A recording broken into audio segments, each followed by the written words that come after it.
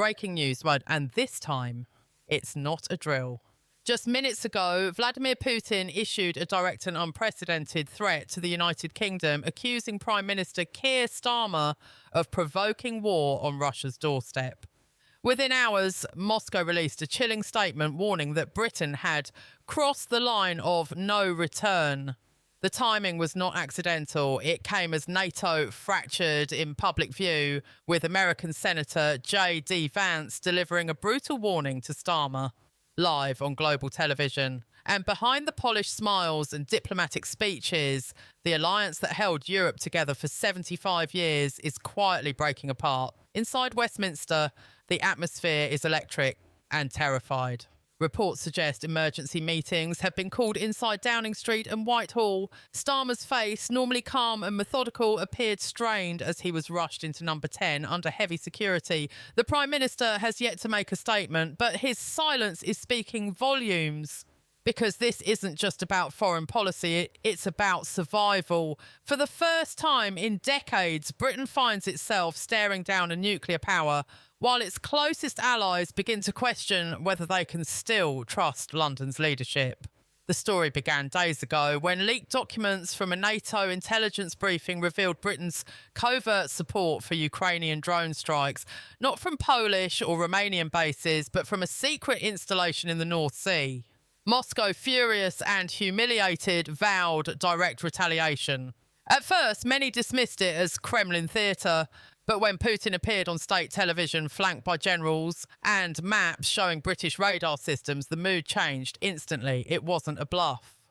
Within hours, Russian warships were seen moving through the Baltic, and for the first time since the Cold War, a nuclear submarine was reported near Scottish waters.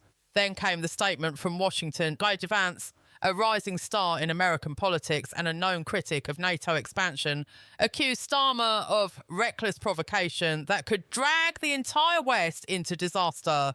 His words sent shockwaves through diplomatic circles. Britain, he said, is playing empire with someone who doesn't bluff. And suddenly, the once unshakable unity of the Western alliance began to fracture in real time. European leaders were caught between fear and fury. France called for restraint, Germany urged for dialogue. But inside the UK, the mood was defiant. Starmer's allies insisted that Britain would never bow to threats. Yet behind closed doors, defence officials were panicking. Intelligence sources leaked that MI6 had elevated Britain's internal threat level to severe, while RAF jets scrambled in what was described as routine readiness exercises, but everyone knew what that meant. The country was preparing for the unthinkable. Public opinion began to split overnight. On social media, hashtags like #Britain in danger and #Starmer war trended globally. Farage appeared on GB News calling Starmer a man playing poker with Putin's patience. Meanwhile, opposition MPs demanded an emergency debate in Parliament, claiming the Prime Minister had placed Britain in harm's way without consent of the people. Even the palace, was silent for months on global affairs, was reportedly monitoring developments with deep concern. For a moment, it felt as though Britain's democracy, its sovereignty, and its very identity were all being tested at once. And then the footage that changed everything. A Russian state broadcaster aired what it claimed was intercepted audio between British military contractors discussing possible strikes on Russian naval positions. The authenticity was impossible to verify, but it was enough. Putin seized the narrative, announcing that British aggression would be met with swift and irreversible consequences. His voice, calm yet venomous, echoed through Moscow's gilded war room as cameras rolled. "If Britain wishes to play with fire," he said, "then fire it shall receive." In Westminster, silence fell. Ministers reportedly stared at their phones as news broke. JD Vance's office in Washington issued another statement within minutes. "This is the price of arrogance," he warned. "NATO unity is now in question." It was a shot across the Atlantic, aimed not at Moscow, but at London itself. By midnight, reports emerged of emergency NATO talks descending into chaos. European diplomats walked out. American delegates refused to commit to Britain's response. And for the first time, whispers began circulating that the UK might stand alone if Putin's threat is turned to action. Inside Downing Street, Starmer's team was divided. Should they call Putin's bluff or seek a truce that might humiliate Britain before the world? But deep inside the intelligence community, another fear was taking root. That this crisis wasn't just political, but orchestrated. Some believe the leak itself may have come from within NATO. Someone somewhere wanted this confrontation. Someone powerful, someone watching both sides burn. And as dawn rose over London, one question began echoing through every corridor of power.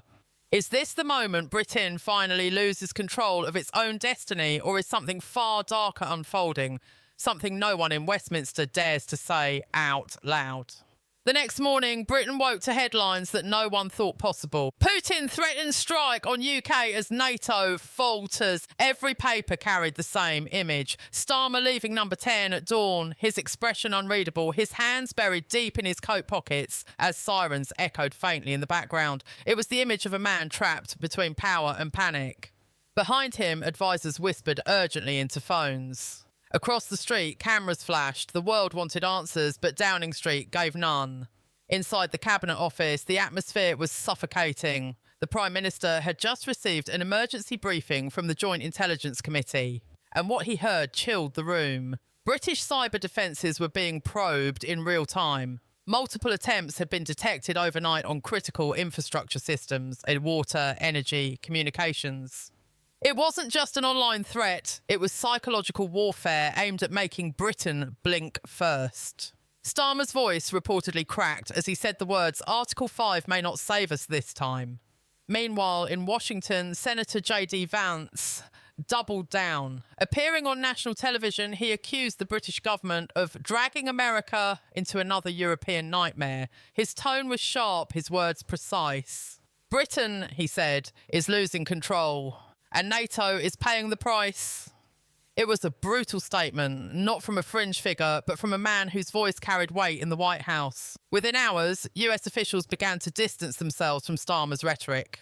The message was clear. If this confrontation escalated, Britain would be standing dangerously alone. Inside Buckingham Palace, there was movement too. Courtiers confirmed that King Charles had requested a full intelligence briefing from the Foreign Office. The palace, officially neutral, was quietly alarmed. Sources later described the king's tone as grave but controlled. He reportedly asked one question: is this crisis about defence or pride? That question struck deep in Westminster because everyone knew what he meant. Was Starmer defending Britain's security or his reputation? As the crisis deepened, a leak hit social media. An alleged transcript of a late-night call between Starmer and US Secretary of State Antony Blinken. In it, Starmer appeared desperate, pleading for Washington to reaffirm its support if Russia takes the next step. But the reply, according to the leak, was icy. We're evaluating all options. It wasn't denial, it was distance. And for Britain, that distance was deadly. Within hours, London streets filled with protesters. Thousands gathered outside Parliament chanting, "No more wars" and "Bring Britain home." The footage spread fast, crowds waving Union Jacks under grey skies as riot police stood shoulder to shoulder. Social media exploded again. "Starmer has lost the people," one commentator wrote. The last time a Prime Minister ignored public outrage like this was Iraq. But even as Britain divided, something darker began to emerge. Late that night, a whistleblower inside NATO released encrypted footage to an independent journalist. The video, blurred and incomplete, appeared to show a secret meeting in Brussels and Starmer, several European defence ministers and an American official discussing strategic leverage against Moscow. The phrase that set off alarm bells was simple: sacrificing a pawn to win the board. No one knew what it meant, but to many it sounded as if the UK had been used as bait in a global power game. By morning, the scandal had a name: Operation Smokefill. The leaks claimed Britain was never meant to win this standoff, only to distract Russia while NATO repositioned assets elsewhere. If true, it meant Starmer had walked the country into a geopolitical trap. The headlines screamed betrayal. Farage demanded a vote of no confidence. Angela Rayner, once loyal, was silent. Even senior Labour figures began privately admitting the situation was unsustainable. Internationally, the narrative flipped overnight. Moscow claimed victory without firing a single shot. Russian state media showed crowds in London as proof of British collapse. The Kremlin called it psychological retaliation. Inside NATO, chaos. France suspended joint exercises. Germany froze military shipments. And America, once Britain's iron ally, remained silent. The alliance that once vowed unity was now tearing itself apart live on air. Inside number 10, isolation turned to fear. Ministers argued behind closed doors. Some urged immediate negotiations with Moscow. Others demanded a show of strength. Starmer sat in silence as voices clashed around him, the sound of power fracturing. One aide reportedly said, "It's over. He's lost the country, he's lost NATO, and soon he'll lose the crown." Because in a constitutional monarchy, the king's silence can be louder than any speech, and Charles had not said a word in public since the crisis began. But then, another twist. Late that evening, an encrypted message arrived at the Foreign Office from an unidentified source in Eastern Europe. The message contained satellite coordinates and a single sentence: "You are not fighting Russia, you are fighting your own shadow." It was dismissed at first as disinformation, but when intelligence analysts traced the signal, they found something deeply unsettling. The transmission had passed through NATO servers in Brussels. In other words, the leak may have come from within. The question now wasn't just whether NATO was breaking apart, but whether someone inside the alliance had engineered the entire collapse from the start. And as Starmer stared at the red phone in the Situation Room, waiting for a call that might never come, one question haunted every corridor of power. Was this crisis truly a Russian threat, or the beginning of Britain's betrayal from within? By the third day, Britain no longer felt like Britain. Parliament Square was sealed off. The press were barricaded outside Downing Street. And behind the black gates, power was slipping through the cracks. Keir Starmer, the man once hailed as the voice of stability, was now surrounded by silence. Ministers avoided eye contact. Advisers whispered. The phones that once rang every minute had stopped altogether. Then, just after 8 a.m, the message came. The palace had requested an audience. No aides, no cameras, no press leaks. Starmer arrived at Buckingham Palace through the east entrance, a route reserved for moments of national crisis. The doors closed behind him. What was said inside that room would remain secret, but by evening, fragments began to leak. One witness described the king as unflinchingly calm. Another said his tone was sharper than the crown itself. Charles asked one question: at what point does leadership become recklessness? According to senior sources, the Prime Minister didn't answer. He couldn't, because by then, the truth had reached the palace. The NATO leaks were real. Operation Smokefill wasn't a myth. It was a coded contingency drafted months earlier, designed to manipulate Moscow into overextending its forces while Britain played decoy. The plan had never been meant to go public, but it had. And in that exposure, Britain's credibility shattered. When Starmer left the palace, he looked pale, defeated even. The cameras caught his car speeding away, escorted by silent police motorbikes. Within minutes, the BBC interrupted programming with a red banner. Breaking: King Charles summons Prime Minister for urgent meeting.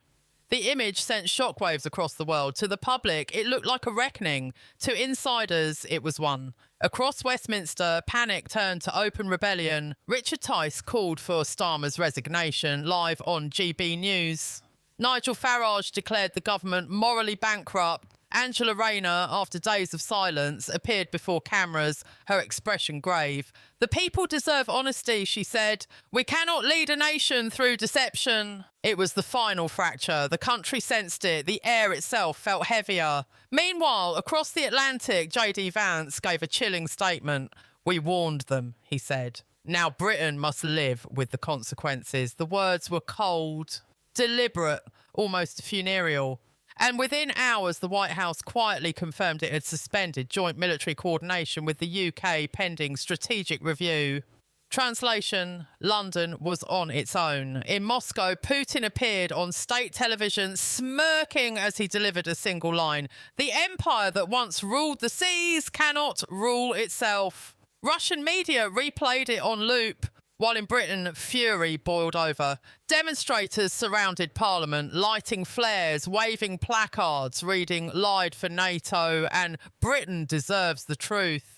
Riot police stood motionless as chants of "Starmer out" thundered through Westminster. Then came the most shocking twist of all. Late that night, Sky News received a data dump from anonymous intelligence sources, encrypted documents, meeting transcripts, and classified minutes from a NATO emergency session. What they revealed was devastating. A senior NATO official, believed to be British, had deliberately leaked Operation Smokefill to Moscow weeks earlier. To force the alliance's hand and provoke a pretext for unity through crisis, it was manipulation on a global scale. But it failed. The alliance fractured instead. And the betrayal came not from Moscow, but from Brussels. As the files spread across the internet, one name began circulating in encrypted chat rooms. Lord Havisham, a former defence advisor turned corporate strategist who had recently met with both Russian and American energy lobbyists. The evidence was circumstantial, but the implications were explosive. If confirmed, it meant a British insider had orchestrated the very crisis tearing the country apart. At dawn, the Prime Minister addressed the nation. He stood outside number 10, eyes hollow, voice trembling, but determined. "I have served this country with every ounce of integrity I possess," he said. But recent revelations have made it clear that grave mistakes were made, and the British people deserve a new path. He paused, glancing at the cameras, then spoke the words that ended an era. "Tonight I will tender my resignation to His Majesty the King." Silence, then chaos. Reporters shouted questions, flashes erupted, and a stunned nation realised it was witnessing political history, the collapse of a government in real time.